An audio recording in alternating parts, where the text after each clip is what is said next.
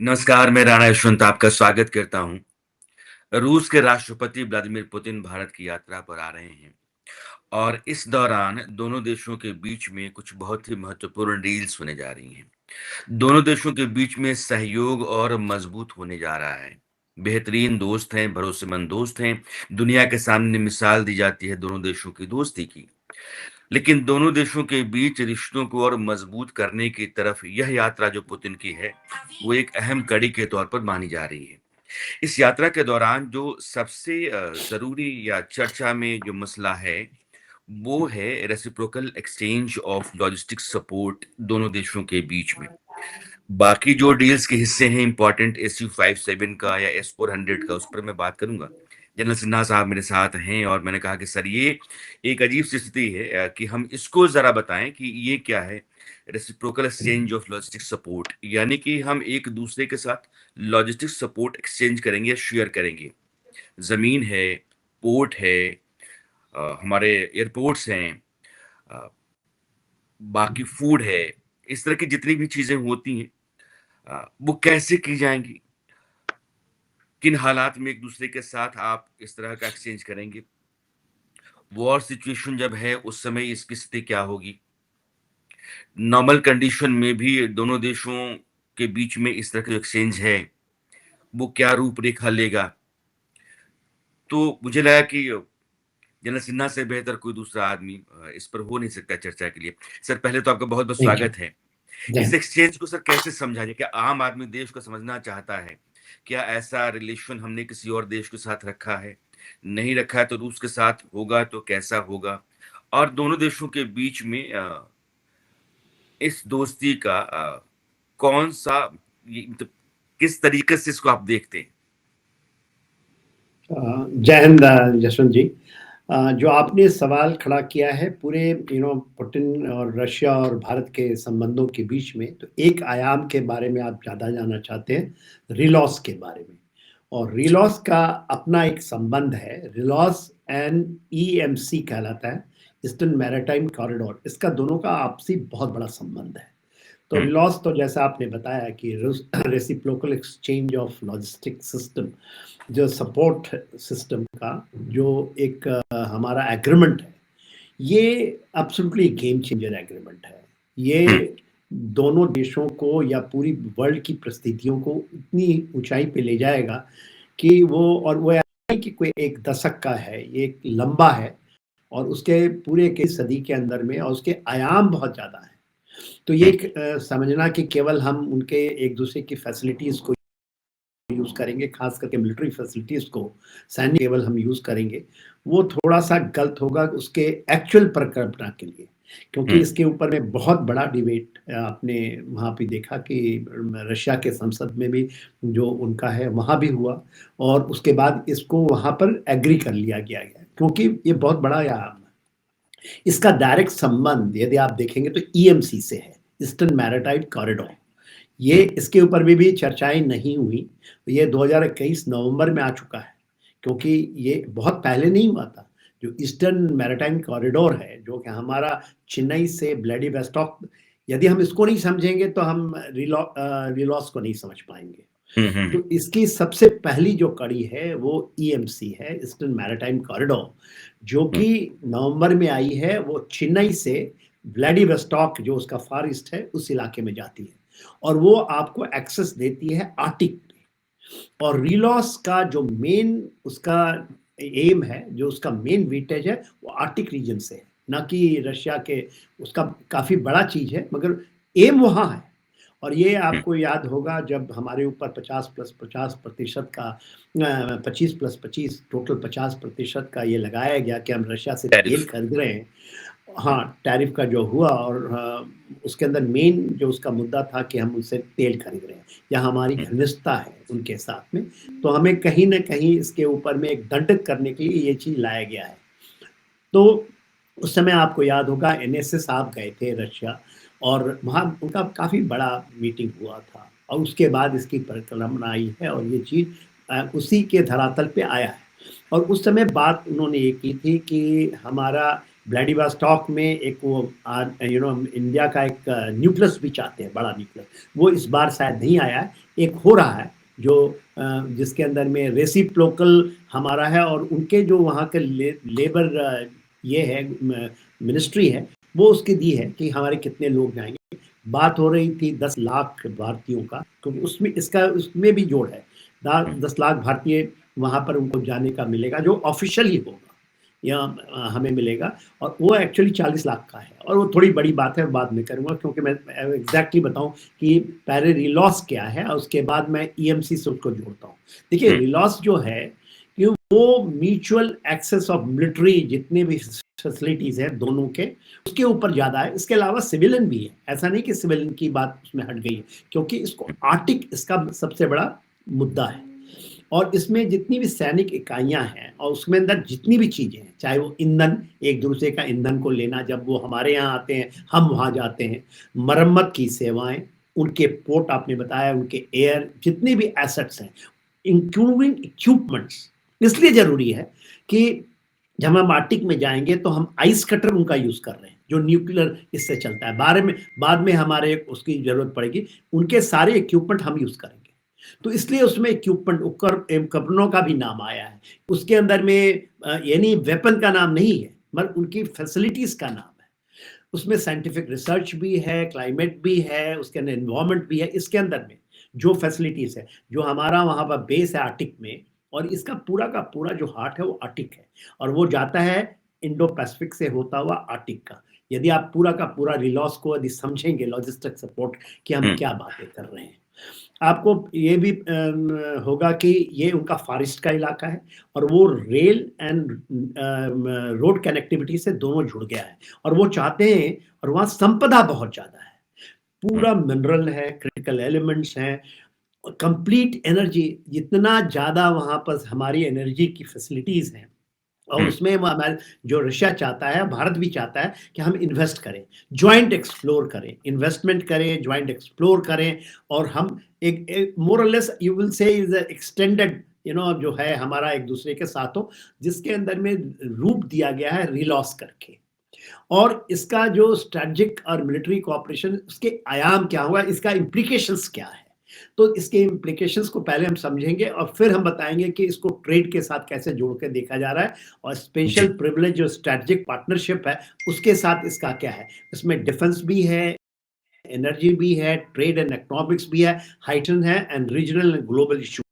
तो यदि पूरे के पूरे विजिट को यदि आप ड्यूमा में इसको डिस्कस किया गया है, जो उनकी हाईएस्ट बॉडी होती है, जहां पर वो पॉलिटिकली उनको मान्यता दे देते हैं, तो पार्लियामेंट है, ड्यूमा से उसको मान्यता मिल चुकी है। तो ये सारी वहां बात हुई है, यदि आप उनको जाएंगे, उनके प्रोसीडिंग्स को देखेंगे, तो ऐसा नहीं कि केवल ऐसे छोटी सी बात हो गई कि नहीं हम मिलिट्री फैसिलिटी के, और हम सोचते हैं कि शायद युद्ध में काम आएगा, ये लगातार काम आएगा, और ये काम आ रहा है, जो कि नवंबर 2024 से शुरू हो चुका है, और उसका जो मेन ये है जिसके ऊपर वो चल कर जा रहा है, वो ईएमसी है, ईस्टर्न जो मैरिटाइम कॉरिडोर बना है, चेन्नई से लेके व्लादिवोस्टॉक, उसका विस्तार हो रहा है टू आर्टिक। तो इसके अंदर में देखिए जी, एक चीज खत्म कर दूं, इसकी जो रीजनल इम्प्लीकेशंस हैं, इसकी रीजनल इम्प्लीकेशन सिक्योरिटी में जो भारत इसको देखता है, पहला तो हमारा प्रेजेंस ऑफ इंडो पैसिफिक के अलावा, जब हम इंडियन ओशन रीजन से लेके पैसिफिक में हम जा रहे हैं, क्योंकि पैसिफिक जो है वो रशिया का मेन इन्फ्लुएंशियल एरिया है, उसका पैसिफिक भी है, फार से वो उसको करता है, और उसमें भारत का वो चाहता है, वो एक तरह का काउंटर कर रहा है, वो भी हम भी चाइनीज के इन्फ्लुएंस को। ये लोग नहीं समझ पा रहे हैं कि क्या रशिया भी सोच रहा है, और मल्टीपोलैरिटी में केवल भारत, और इसके आयाम है, रिलॉस के आयाम ये है, इंपॉर्टेंट वो है कि जो मल्टीपोलैरिटी की बात केवल भारत आज करता है, रशिया करता है, चाइना भी नहीं चाहता, वो चाहता है कि सेम आप ग्लोबल ऑर्डर पे ये, जिसके अंदर में चाइना सोचता है कि ज्यादा से ज्यादा हम यूनिपोलर में आ जाएंगे या मल्टीपोलर में चले जाएंगे। यदि अमेरिका बात करता है कि नहीं, हमें आप इस हेमिस्फीयर के, वेस्टर्न हेमिस्फीयर के आप पूरा कंट्रोल कर लें, आपका सब सर्वेंट होगा और हम कर लेंगे, ये भी बात चल रही है, और ये आज नहीं चली है, ये इसके पहले जब ओबामा साहब थे उस समय की बात थी कि एरिया ऑफ इन्फ्लुएंस अमेरिका बोलता है कि ठीक है, यदि हमारे को लड़ने की समय आए कि हम एक दूसरे को बर्बाद ही करेंगे, तो हम ऐसा कर लेंगे कि हम ईस्टर्न हेमिस्फीयर में, जिसमें यूरोप भी आता है, वेस्ट एशिया भी आता है, वो हम ले लेंगे, आप इधर ले लीजिए, जैसे अमेरिका और रशिया भी शामिल है। ये बात अंडर टेबल बात होती है। तो इसी की काट है ये, इसकी काट कर रहा है, जिसमें कि भारत तो उभर के आ ही रहा है अब। तो इसमें चाइना भी है, countering China influence and multipolarity भी है। तो अब इसको हम समझेंगे कि हम इसको कर कैसे रहे हैं। इसको कर रहे हैं हम जो हमारे ईस्टर्न मिलिट्री कॉरिडोर बना है, और देख दुनिया के इसके बारे में बात ही नहीं होती है। नॉर्थ कॉरिडोर की बात होती है, हम लोग बात करते हैं इंडिया मिडिल ईस्ट और उसके बाद यूरोप इकोनॉमिक कॉरिडोर की बात होती है। मगर आप किसी से पूछेंगे आज इवन सामरिक फील्ड में कि जरा हमें बता दिए ईएमसी क्या है, जो कि हो चुका है जमीन पे 1 साल से, और मेजर ट्रेड रूट में। और इस ट्रेड रूट का क्या फायदा है? 640% जो हमारी दूरी है वो हमने कम कर ली। 16 दिन काट लिया है, 40 दिन का समय लगता है यदि हम इंडिया से सेंट पीटर्सबर्ग जाते हैं थ्रू यूरोप एंड स्वेज कनाल के। हम नॉर्थ साउथ कॉरिडोर की जब बात करते थे, जहां पर हम चाबार में गए थे कि उससे हम पलट जाएंगे, उसको अमेरिका ने खास करके डिस्टर्ब होने के लिए जो वहां की शक्तियां हैं उसको रोकी, खास करके ईरान के साथ में जो चीजें, उसमें नॉर्थ साउथ कॉरिडोर को भी रोकना है, क्योंकि उनको पता है कि यदि ये जुड़ गए तो चीजें बड़ी होंगी। तो हम ये मोर और लेस ये ठंडे बस्ते में जिस दिन G20 में अलाउ हुआ था कि इंडिया मिडिल ईस्ट और यूरोप कॉरिडोर बनेगा, उसी दिन हमास ने अटैक कर दिया 2 दिन बाद इसराइल के ऊपर, क्योंकि वो वहां जा रहा था, इसराइल के पोर्ट में जाना था, हाइफा पोर्ट में उसकी लैंडिंग है, उसके बाद यूरोप में जाएगा। मगर ये कहीं ना कहीं सामरिक जो सीरियस डिस्कशन है यहाँ हुआ, ये बातें आती है और इसमें जो हमने आपको बताया ईएमसी, वो बन गया चुपचाप, और मेजर ट्रांसमिशन हुआ, 5,608 किलोमीटर की दूरी कम हुई, 16 दिन का ट्रेवल टाइम कम हुआ। और हमने मेजर जो हमारे 1 साल से चल रहा है, चाहे क्रूड हो, ऑयल हो, कोल हो, एलएनजी हो, फर्टिलाइजर, सब इस रास्ते अब आ रहे हैं और इसका विस्तार काफी किया जा रहा है। और यदि आप इसको देखेंगे, bay of Bengal, Malacca strait, east and south China sea, उसके बाद सी जापान, और फिर व्लादिवोस्टॉक और फिर आर्कटिक जो कि एक एनएसआर की बात होती है, नदन सी रूट, जो कि एशिया एंड यूरोप को जोड़ेगी। तो ये इतना बड़ा कदम है, ये छोटा सा नहीं है कोई कदम कि हमने ले लिया और हम दूसरे की केवल हम मिलिट्री एक्सरसाइजेस की बात जब करेंगे ऐसा चीज होगा। जैसे आपको 7th फ्लीट जब आई थी तो रशियन सबमरीन से यहाँ आए थे, तो उसको सबमरीन्स को अपना फ्यूल लेने के लिए भी भारत से नहीं मिल पाया था, और वो कर गए थे इन चीजों को। कल हम सारी चीज मिलिट्री फैसिलिटीज का, इंक्लूडिंग सिविल में भी है कहीं पर, that they will work it out. हम एक दूसरे को, इंक्लूडिंग खाना, भोजन का मतलब है यदि हम जाते हैं आर्टिक के अंदर और हमें फिर अपने खाने को लेकर जाना है, वहां पर रशिया ये भी चाहता है, तो फिर हमारे तो सप्लाई चेन ज्यादा बढ़ जाता है, वो कॉस्ट इफेक्टिव नहीं रहता। जब वो आते हैं तो हम टोटली डिपेंडेंट उनके ऊपर हो जाए। तो एक तरह का एक्सटेंडेड, इसको कहते हैं मिलिट्री अटैचमेंट एंड डिटैचमेंट्स, जो कि उनके इलाके में ऑपरेट कर सकती है। अब इसकी लोग क्या आयाम लगा लेंगे, इसका कैसे जमीन के ऊपर में घटित होता है, कैसे होगा, वो तो आने वाला समय ही बताएगा, क्योंकि हो रहा है, होता है। पर हमारा ऐसा समझौता किसी के साथ, इवन रशिया हैजंट गॉट ऐसा, उसकी कोई एग्रीमेंट नहीं है चाइना के साथ। करते हैं बॉनोमिंग में, ये होती है बिना बातचीत के। जैसे अमेरिका यदि हमारे पोर्ट में आता है, पोर्ट कॉल करने का है उनका, पोर्ट कॉल, पोर्ट में वो कॉल कर सकते हैं, उनको मिलेगा, मगर उसको फ्री यूज नहीं कर सकते। जैसे इनको, यदि आपने सुना होगा, हमारा यूके के बीच में यदि उनका एक F-35 आया था और लैंड किया था चेन्नई में, काफी दिन तक खड़ा था, उसके लिए भी पैसे देने पड़े, उसको मुहैया करवाने पड़े, मांगना पड़ा कि हम आएंगे। इसमें just information and you can use it. तो इसके बड़े आयाम हैं। ये जनरल सिन्हा जो कह रहे हैं, ये समझिएगा आप आपसी समझदारी और सहयोग, यह 2 देशों के बीच में है, ये मसला अलग हो जाता है। लेकिन हम समझौता करते हैं कि हम एक दूसरे के रिसोर्स का इस्तेमाल करेंगे और आपस में मिलकर के रहेंगे। यानी कि हम आपके ईंधन का, भोजन का, पोर्ट का, एयरबेस का, बाकी सारी चीज़ों का 3 रास्ते जैसे सिन्हा बता रहे हैं। जब हम भारत से यूरोप को कोई भी सामान भेजते हैं, तो स्वेज़ नहर से होकर के जो रास्ता आम तौर पर नक्शा पे आप जाकर देखते हैं, तो वो जाता है यूरोप की तरफ। दूसरा Bharat, central Asia, east Europe और वहाँ से आगे रूस की तरफ, ये दूसरा रास्ता है। जनरल सिन्हा कह रहे हैं जो तीसरा रास्ता हमने तैयार किया, वो ईस्टर्न मैरीटाइम कॉरिडोर है। मलक्का स्टेट से होकर के वो साउथ चाइना होते हुए जापान से ऊपर होकर के और व्लादिवोस्तोक जो रूस का शहर है वहां तक वो रास्ता जाता है। संसाधनों का उधर से दोहन कर सकते हैं, व्यापार हमारा जो है वो आसान हो गया, समय की बचत है, कारोबार पैसे की बचत है। जनरल सिन्हा लेकिन आम आदमी के लिए इतना इम्पोर्टेंट नहीं है।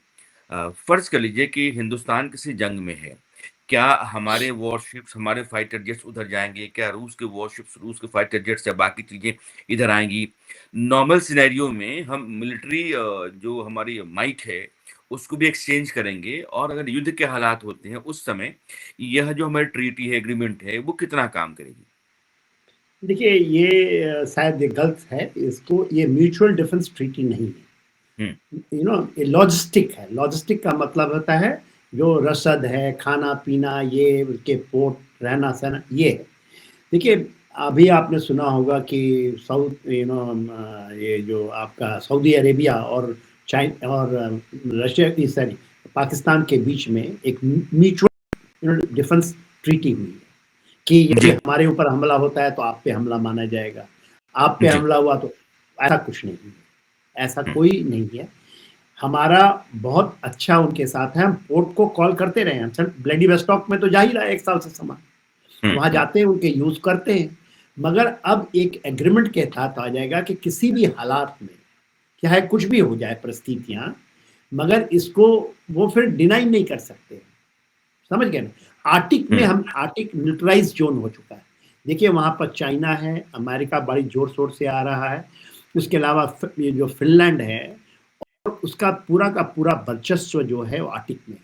आर्टिक मेन इसका हार्ट है। यदि देखिए आर्टिक में बहुत संसाधन है, बहुत, जो हुँ, किसी के नहीं है। आर्टिक में इतनी रिजर्व हैं, और जैसे जैसे बर्फें पिघल रही हैं, आर्टिक में सब रेस दौड़ रहे हैं। अमेरिका उधर फिनलैंड को यूज करके, नॉर्वे को करके वो आना चाह रहा है। आज के दिन में रशिया के पास 40 आइस कटर्स हैं, जो कि ये जो नॉर्थ साउथ एनएसआर कहलाता है, एनएसआर, नॉर्थ सी रूट के ऊपर में उसका दबदबा है। वो पूरा का पूरा आर्टिक रीजन, ऐसा नहीं कि वहाँ की लड़ाइयाँ हो, हमारा भी वहाँ बेस है।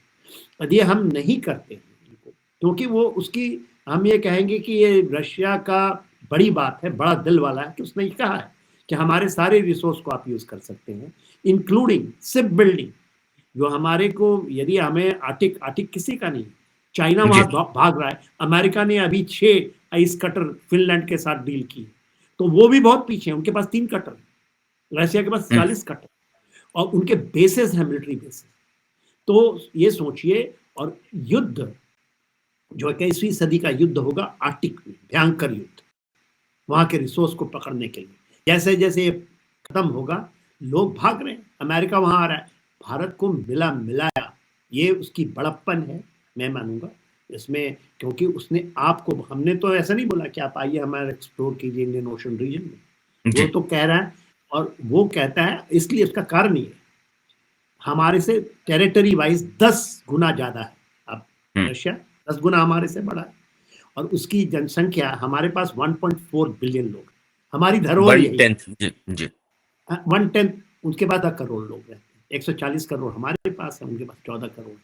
उनको कहीं प्रॉब्लम है तो उनकी जनसंख्या, और जितनी हमारी जनसंख्या जहां कभी भी जाती है, इसलिए वो कह रहे हैं कि वो तो बात कर रहे थे 40 लाख लोगों को इंडियन से, और हुँ, अभी स्टूडेंट्स 30 से 40 हजार स्टूडेंट जाने लगे, जो कि अमेरिका या कहीं यूरोप में जाते कहीं और जाया करते थे। थे।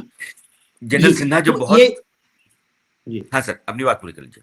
बस यही बताना चाहता हूँ कि ये बहुत बड़ी चीज है, ये विन विन सिचुएशन है हमारे लिए हुँ, और उनके लिए। हमारे पास जो हमारी स्ट्रेंथ है, हमारी स्ट्रेंथ है दैट मैन पावर, जो हमारे पास में। हमारी स्ट्रेंथ है कि कहीं हम जाते हैं तो विस्तारवाद नहीं करते, हम जब जाते हैं तो अपनी चीज़ों को दोस्ती रखते हैं, हम वी आर नेवर। जबकि ये दूसरे जो कंट्रीज हैं इंक्लूडिंग चाइना, वो हेजेमनिक बिहेवियर से करता है। ये जो युद्ध होगा वहाँ, ये फ्यूचर के लिए है, ये आने वाले दशकों में हो सकता है हम अपने जीवन में ना देख पाए, मगर आने वाले दशकों में आप देख लोग देख पाएंगे, जो यंग जनरेशन है जनसेना इस बहुत बड़ी तरह। बात करें। आप धरती पर जब उत्तरी हिस्से सिरे पर जाते हैं, उत्तरी ध्रुव कहते हैं, उसको आर्कटिक पोल भी कहते हैं। और जो स्कैंडिनेवियन कंट्रीज हैं, डेनमार्क है, नॉर्वे है, स्वीडन है, फिनलैंड है, ग्रीनलैंड है, आइसलैंड है, उसके आगे यह ध्रुव पड़ता है और धीरे धीरे वहां बर्फ पिघलती चली जा रही है। संसाधन बहुत ज्यादा है वहां, गैस, नेचुरल रिसोर्सेस, उसकी लड़ाई आगे होगी। यानी जनसेना करें कि अब जब लड़ाई होगी तो आर्कटिक में संसाधनों की लड़ाई होगी, और वहां हिंदुस्तान के पहुंचने में रूस एक बड़ा मददगार साबित होगा इस समझौते के जरिए। सर, अब मेरा एक आखिरी सवाल है। हम जब फिफ्थ जनरेशन फाइटर जेट की बात करते हैं तो SU-57 की बात हो रही है, S-400 की बात इसलिए हो रही है कि पाकिस्तान के साथ जो हमारी जंग रही है, उस जंग में उसने बहुत काम किया है। जो डिफेंस एग्रीमेंट दोनों देशों के बीच में होंगे, वो क्या होंगे, और उससे हिंदुस्तान की जो मिलिट्री माइट है, जो हमारी सैन्य ताकत है, उसमें कितना इजाफा होगा? देखिए, जो चीज़ें इस विजिट के दौरान है उसमें 2-3 चीज़ें तो हो चुकी हैं। जी। उसमें सबसे पहले बात होती है एसयू जो 400 की मिसाइल की बात। जो जी। मिसाइल हमने फायर किया, और हमने फायर किया और बहुत इफेक्टिव है। वर्ल्ड रिकॉर्ड बनाया, 314 किलोमीटर के ऊपर में हमने एक मेजर एसेट को, मैं नाम नहीं लूंगा, वो हम्म। एसेट को मार गिराया गया। आपको शायद पता होगा, हो सकता है जी, शायद ये यूनाइटेड अवॉक्स को स्टेट्स जी। अमेरिका का है। तो हम्म। 114 का वर्ल्ड रिकॉर्ड है। कोई मिसाइल इतनी दूर जा करके इफेक्टिवली किल जो कहते हैं, तो उसका जो रिप्लेनिशमेंट है वो 10,000 करोड़ का मुहैया कर दिया गया है, पैसा आवंटन हो चुका है, जो कि तकरीबन 2 पॉइंट समथिंग बिलियन डॉलर का बनता है। वो हमने ऑलरेडी वो मुकर्रर है क्यों हमें चाहिए। और उसके जी। रेंजेस जो हैं 120 किलोमीटर का हम ले रहे हैं, जो माइल्स आ रहे हैं, कितने नंबर हैं वो हमने नहीं बताया है, क्योंकि वो रहना भी नहीं चाहिए रेट्स हैं। दूसरा उसमें 200 किलोमीटर, 250 और 380 किलोमीटर इसके हमारी रिप्लेनिशमेंट एंड वॉर रिजर्व जो हम बनाएंगे, हम वॉर रिजर्व भी अब बना रहे हैं, उसके लिए हम्म। हमने इनको लिया, उसको आवंटन किया, ये तो हो गया। इसके अलावा हमारे 5S-400 तो पहले ही लिया था, आपको पता हो 2018 में, और जी। तकरीबन 5.4 बिलियन डॉलर का वो आया, जिसमें 3 आ चुके हैं, 3 हम्म। स्क्वाड्रन आ चुके हैं, 2 आने बाकी हैं because of war, Russia Ukraine war, वो नहीं मिली। तो वो अभी उन्होंने कहा है नवंबर 2026 को 100% हमें मिल जाएगा। तो ये 5 हो गए। जी। इसके अलावा 5 और स्क्वाड्रन की बात कर रहे हैं S-400 सिस्टम की, यानी कुल 10 हो जाएंगे। कुल 10 जो हमारी फर्स्ट लाइन को चाहिए, क्योंकि हमारे मल्टी टीयर्स में चाहिए, तो हमें और भी ज्यादा उसके लिए S-500 की बात हो रही है, जिसका अपग्रेडेशन है। उसके बारे में ज़्यादा कोई नॉलेज नहीं है, थोड़े मोड़े नॉलेज सामरिक जो है वो मैं आपको बता पाऊंगा। ये हम्म। एडवांस वर्जन है S-500, उसकी शायद ज्वाइंट प्रोडक्शन की भी बात हो, क्योंकि हमें लेयर ऑफ डिफेंसेस देंगे। हम्म। 2035 तक सुदर्शन चक्र एयर डिफेंस सिस्टम हमें लाना हम्म। है। लाल किले से प्रधानमंत्री ने ये अनाउंस किया हुआ है। जी। इस बार उन्होंने कहा था सुदर्शन चक्र जो एयर डिफेंस सिस्टम आनी है, और वो पूरे भारत को ये कर देगा। तो उसमें और भी हमें ये चाहिए, तो S-500 की बात हो रही है। तो S-500 की ज़्यादा कुछ नहीं आई है, कहाँ बातचीत होगा, क्योंकि रशिया से भी वहाँ से मित्र देवदेव ने बताया है कि इस पे बातचीत होगी। दूसरा, ये तो 2 चीज हो गई। यदि हमारे पास, जी। यदि वो 5 और हो जाता है 10, तो क्या उसका प्राइस 5.4 जो बिलियन डॉलर पहले वाला है रहेगा, या उसमें कुछ एस्केलेशन होगा, उसके ऊपर बातचीत होगी, जी। डिस्कशन होगा। अब बात करते हैं, आपने जो 5th जनरेशन इसकी फाइटर जेट SU-57 की जी। Fighter jet. देखिए, भारत का एक एब्सोल्युटली है, हमारे 2 पायलट प्रोजेक्ट्स हैं। एक तो आपको तेजस की बात हो रही है, 4.5 जनरेशन वाली है। एम दूसरा का। रफाल भी आया है, हाँ, उसका एम का है, वो 5th जनरेशन, वो हम्म। 5th generation. उसमें पूरा पूरा लफड़ा जो है वो आपके इंजन इंजन हम कावेरी इंजन खुद बना रहे थे, शायद वो सक्सेसफुल नहीं हुआ, कहीं इसको नहीं चाहते हैं कि अब भारत अपना बना पाए, तो वो भी चल रहा है वेरी एग्रेसिवली। दूसरी बात है कि हम अमेरिका से जो बात हुई थी, वो जो आपका जी इंजन है, दूसरा उसका F414 404 का तो हमें मिल गया है, जो हमने मांगा उसका पैसा भी दे दिया गया है, जो कि आपका तेजस में लगेगा।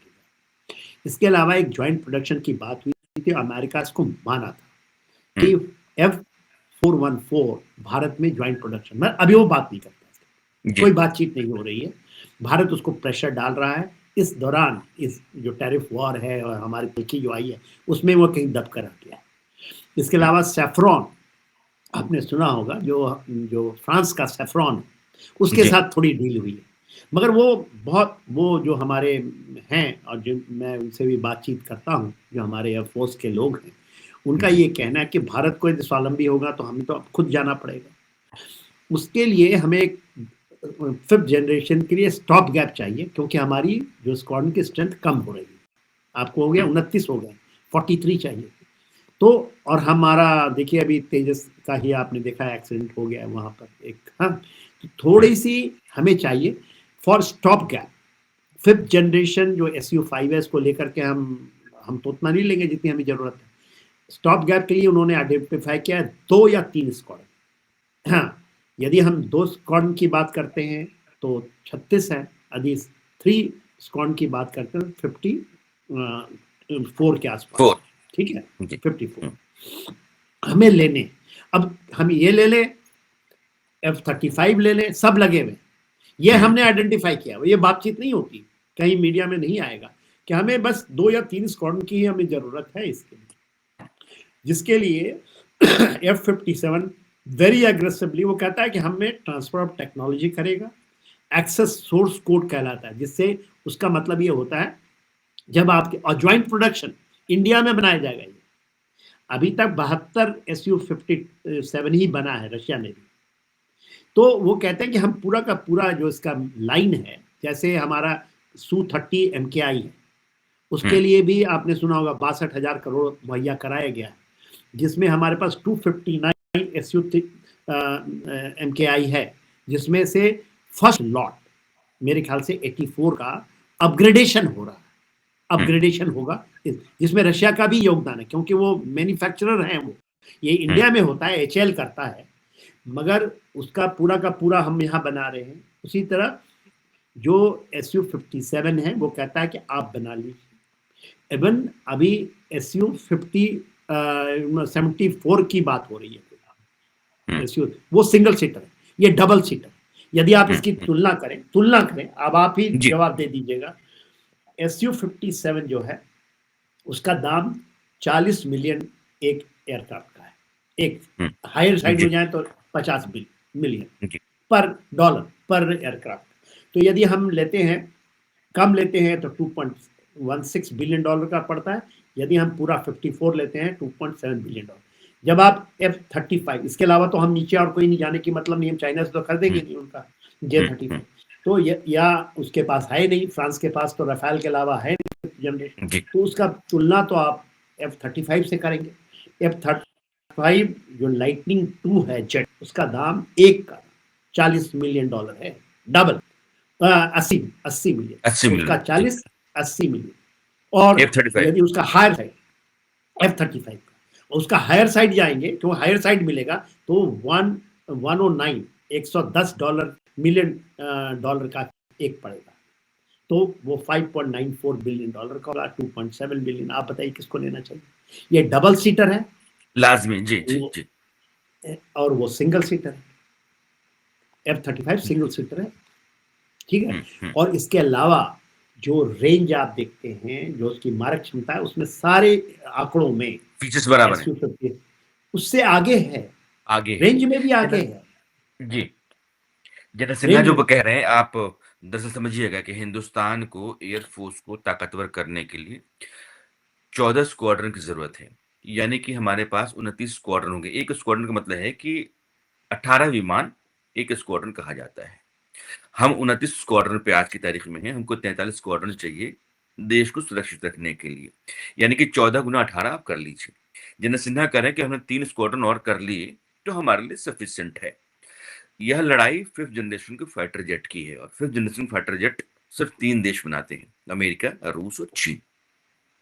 रूस का Su-57 5th जनरेशन का फाइटर जेट है। हम जिस 5th जनरेशन फाइटर जेट पर काम कर रहे हैं उसका नाम है एमका, लेकिन जनरल सिन्हा कह रहे हैं कि उसके इंजन को लेकर के अभी हम काम कर रहे हैं। कावेरी इंजन है, लेकिन वो 70 किलो न्यूटन थ्रस्ट का है। जब तक 98-99 किलो न्यूटन थ्रस्ट का वो एक्सर्ट नहीं करता है मोमेंटम, तब तक वो 5th जनरेशन फाइटर जेट में इस्तेमाल नहीं हो सकता है। तेजस में हो सकता है। तेजस के इंजन को लेकर के हम लगातार फंसे हुए हैं अमेरिका के साथ। अमेरिका हमको इंजन सप्लाई नहीं कर देता है और तेजस का प्रोडक्शन हमारा फंसा हुआ रहता है। अमेरिका पर भरोसा करना हमेशा हमारे लिए घाटे का सौदा है। रूस Su-57 दे सकता है और Su-57 हम नहीं लेंगे तो हमारे लिए एयरफोर्स एक कमजोर कड़ी रहेगा। इसलिए जनरल सिन्हा कह रहे हैं कि हमको 3 स्क्वाड्रन अपना तैयार करना ही होगा और अभी स्थिति यही है कि हमको Su-57 ले लेना चाहिए। उस पर शायद सरकार ने रूस के साथ सहमति बनाई है और यह करार पुतिन के दौरे के दौरान हो जाएगा, तो भारतीय एयरफोर्स फिर सक्षम हो जाएगी। इसके अलावा सर चलते-चलते कोई इम्पोर्टेंट ये जो विजिट है पुतिन की, इसको आप अगर पॉइंट वाइज़ कहें कि 3 पॉइंट्स हैं, जिसके चलते इतिहास में हमेशा इस दौरे को याद रखा जाएगा। ये हिंदुस्तान और रूस के रिलेशन के लिहाज से ये बहुत इम्पोर्टेंट माना जाएगा। देखिए, मैं मानता हूँ वो जो डाइवर्सिफ़ाइंग हो रहा है, क्योंकि हमारी जो उनके साथ टाई है, तो डिफेंस की टाई है, उसमें भी पैसा का आदान-प्रदान होता है। तो सर एक $100 बिलियन का जो हमारा पैसा और उनका रूबल, हमारा रुपया, उनका रूबल के ऊपर होगा। सबसे हुँ, बड़ी इसकी एक कड़ी है। दूसरी बड़ी कड़ी जो अभी लोग समझ नहीं पाएँगे, धीरे-धीरे इसके परतें खुलेंगी, तो लोग समझेंगे। जो ईसी है, ईस्टर्न मैरीटाइम कॉरिडोर, उसके साथ-साथ जो रेलॉस है, हुँ, the reciprocal exchange of logistics support, या हमारा जो सिस्टम है या सप्लाईज़ हैं, उसका जो रेसिप्रोकल है, वो बहुत बड़ी चीज़ है। वो सामरिक भी है, एक दूसरे को डिपेंड है, उसका आर्टिक से जो रास्ता है हुँ, और ये भारत को जोड़ेगा। देखिए, भारत को यदि जुड़ना है तो फार ईस्ट से ही हम जुड़ सकते हैं। नॉर्थ साउथ हमने बड़ा ट्राई किया, नॉर्थ हुँ। साउथ कॉरिडोर बाहर से हो करके, मगर उसके अंदर भी इतने हैं, ईरान है, उधर अर्मेनिया, बहुत सारे अज़रबैजान देश है, आते हैं, हाँ सर, और उसमें प्रेशर ज़्यादा है। उसमें उसमें अंदर में हर एक बार उसको डिस्टर्ब कर देना, वेस्ट एशिया है। तो हुँ, ये हो चुका। जब लोग लड़ रहे हैं उधर ट्रांस अटलांटिक में या मिडिल ईस्ट में, भारत और रशिया ने कर दिया है। ये 1 साल से चल रहा है और हुँ, ये लोगों के नज़रों में हुआ, डिस्कशन नहीं हुआ, बट हम जा रहे हैं वही स्टेट ऑफ मलाका। पूरा का पूरा एशियन हमारा गुड फ्रेंड है। हुँ, हमारा चीन चीन उसको कंट्रोल करेगा, चीन अकेला पड़ने या तो पड़ जाएगा। तो उस हालात में हमारे साथ भी उसके संबंध है। तो जो इंडो पैसिफिक को हम कहते हैं कि ओपन है, ओपन, हम इसी की बात करते हैं। तो सबसे बड़ा जी। मेरा ये मानना है कि बड़े आयाम जुड़े हैं और बहुत बड़ा सोच, बहुत छोटी-मोटी सोच नहीं है कि हमने कुछ S-400 ले लिया, हमने बोल दिया S-500 ले लेंगे, 3 स्क्वाड्रन, ये बहुत छोटी चीज़ें हैं। हुँ, हुँ, जब आप बड़े कैनवस में आप देखते हैं, ये इमीडिएट है, ट्रांजिएंट है, आएगा कल हुँ। खत्म हो जाएगा। मगर जो चीज़ ज़ह जाएगी ज़मीन में, ये चीज़ें रह जाएँगी। Thank you sir, thanks a lot. ये चूँकि विज़िट पुतिन की बहुत इम्पोर्टेंट है और सर ने इस विज़िट को अपने तरीके से रखा है, कैसे बहुत इम्पोर्टेंट है और फार साइटेडनेस से है, दूरदर्शिता है और इस लिहाज से इसको भारत और रूस के संबंधों में ऐतिहासिक पड़ाव या मोड़ के तौर पर याद किया जाएगा। Thank you sir, thanks a lot. Thank you. जय हिंद।